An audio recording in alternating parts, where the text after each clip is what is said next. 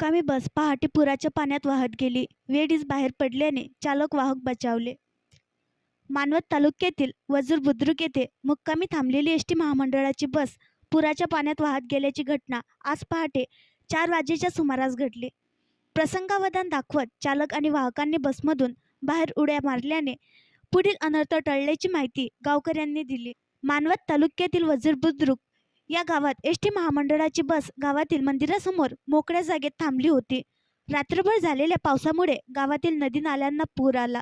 पहाटे पुराचे पाणी थेट गावात आल्याने गावाच्या प्रवाहात मुक्कामी थांबलेली बस वाहून गेली. दरम्यान बसमध्ये झोपलेल्या चालक आणि वाहकास पुराचा वेढा बसून बसमध्ये पाणी शिरल्याचे लक्षात आले.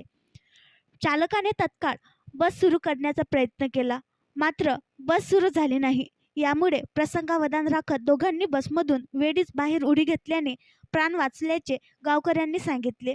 सद्यस्थितीत ही बस पुराच्या पाण्यात एका खांबाला अडकून पडली आहे. आणखी नवीन व्हिडिओ पाहण्यासाठी आमच्या देशमुख एक्सप्रेस न्यूज चॅनलला सबस्क्राईब करा, लाईक करा आणि शेअर करा.